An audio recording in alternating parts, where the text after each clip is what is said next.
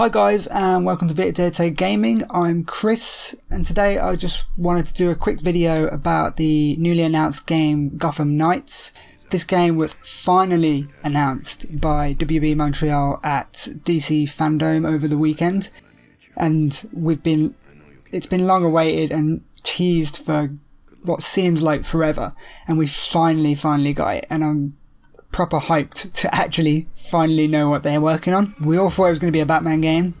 Turned out Batman's dead in this game apparently, and that it's a game where we're going to be playing as Nightwing, Batgirl, Robin and Red Hood, and you can either switch between them in single player or you can play online co-op with two people.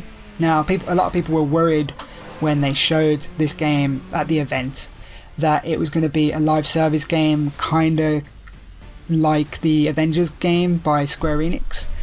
And I think a lot of people had concerns that that was basically going to be DC's version of that.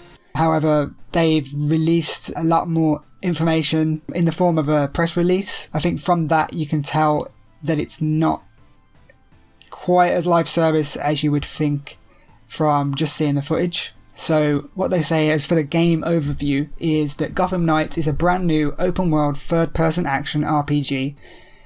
You play as the Bat family, so Batgirl, Nightwing, Red Hood and Robin, and you are basically the new guard of the trained DC superheroes who must rise up as the protectors of Gotham City in the wake of Batman's death. However, an expansive criminal underworld has swept through the streets of Gotham and is now up to these new heroes to protect the city, bring hope to its citizens, discipline to its cops, and fear to its criminals. Players must save Gotham from descent into chaos and reinvent themselves into their own version of the Dark Knight. Now I think that's a really cool premise for a game, and I'm hyped to kind of see them bring these characters to the forefront of things, because we've had 4 games with Batman in, including Arkham Origins made by WB Montreal. And I'm hyped because I actually really enjoyed Origins. I know a lot of people don't and they hate on it, and I'll probably get a bunch of shit in the comments for this, but I really liked Origins. I think the story was really good, and I think some of the boss battles in that game were amazing. So I stand by Origins. I love it. So because of that, I'm really hyped for this new game, and I'm really excited to get to know these characters, and I hope they really give them a good story and they flesh them out and make them as good a characters as they are in the comics and in other media for DC, because I think they're really cool characters and they could really shine with Batman's absence in this game. Do I think Batman's really dead? Potentially not. I think there's a chance that they'll kind of stick to the guns just so they can explore different avenues away from actual Batman himself, but I think there's also a high chance of them pulling a Captain America from the Avengers game, where we all know that Captain America is not really going to be dead in that game, and I think there's a good chance that Batman's going to kind of either not be dead or be resurrected, because that's happened many times in the comics. I think there's a chance that he'll be alive. It's confirmed that the bad guys are the Court of Owls, which from what I've heard is one of the best Batman stories they've ever done, and I'm really excited to see it. In the trailer you see a bunch of like coffins, which my guess, and this is just a guess, that Batman's in one of them and he's alive and they've kidnapped him and faked his death. They've explained some of the features of the game, so they've said that it's an action-packed original story set in DC's Batman universe. Now this is important, it's not in the Arkham universe, so when I initially watched the trailer, because Batman dies at the end of Arkham Knight, I assumed this was afterwards, because it starts with Batman doing the protocol to tell Batgirl, Nightwing and all that he's dead and they need to protect the city now, and that kind of ties into the end of Arkham Knight. But it turns out WB Montreal have come out and said it's definitely not in the same universe, they're starting their own universe, which I think is good because it stops them from being held back by what's happened before, because I feel like they were sort of held back with Origins because they had to kind of like set up certain things, and there was a few continuity areas in that game, and I feel like if they've got complete freedom to do whatever they want, I think they can make a really good story. But it's definitely not in the Arkham universe. They've said, with the Belfry as their base of operations, this new era of heroes will solve mysteries that connect the darkest chapters in Gotham's history. From its soaring towers to its underground criminal network, embark on rich storylines including face-offs against some of the most infamous DC supervillains.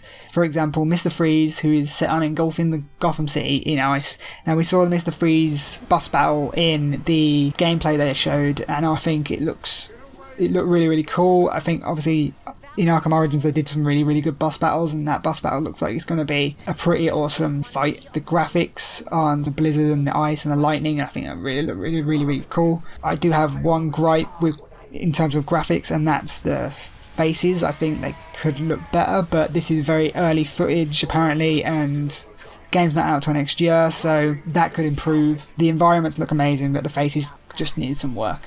When we saw the gameplay, their enemies had levels above their heads and health bars, so that's a new addition. A lot of people don't like that, and we're thinking, oh, this is live servicey, shared world kind of deal. But I think, if anything, it reminds me more of Assassin's Creed Odyssey, where different areas were like level gated, so you had higher up level enemies. If you went to that area, you would basically lose all your fights, and it would be really hard because they're too high a level for you. My only worry with if they do this is if they make it a bit grindy to get to the levels to fight certain enemies. That'll be a bit disappointing, but I'm hoping they've seen previous games do that, like Odyssey. That was my big disappointment with Odyssey.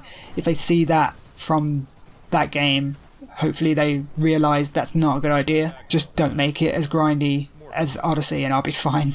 There's 5 different boroughs apparently, so that's quite big, and it's one big open world. There's no different mission open world areas like there is in the Avengers game, and I do wonder how far if you're playing co-op, how far away you can be from each other. That's an interesting thing, and if we can go to literally the other side of the open world, that'd be amazing. Using a variety of traversal abilities and heroic combat moves, as well as the iconic Batcycle. So we're not getting the Batmobile, which was in Arkham Knight, but we are getting a Batcycle, which I think is really cool.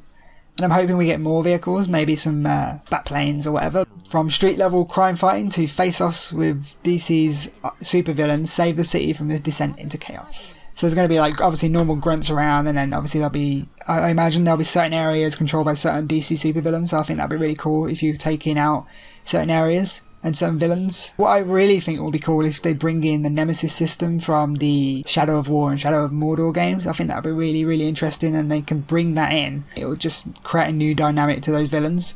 They said there's going to be unique character abilities and customization. Each hero has unique abilities, gear, weapons, and a customizable suit. Batgirl wields her melee tonfa. I think I'm saying that right. Nightwing uses his signature dual eskrima sticks. Red Hood has trained to reach peak human strength, whatever that means. I imagine he's a beast, but he has got guns as well. And Robin is expertly skilled with his collapsible quarterstaff. They say you can team up in 2-player, online co-op, or play solo. I think a lot of people who are hoping for that solo Arkham experience will play this solo, and I hope that's genuinely a good, fun way to play, because I can feel like them leaning more towards a co-op, and I hope that's not the case.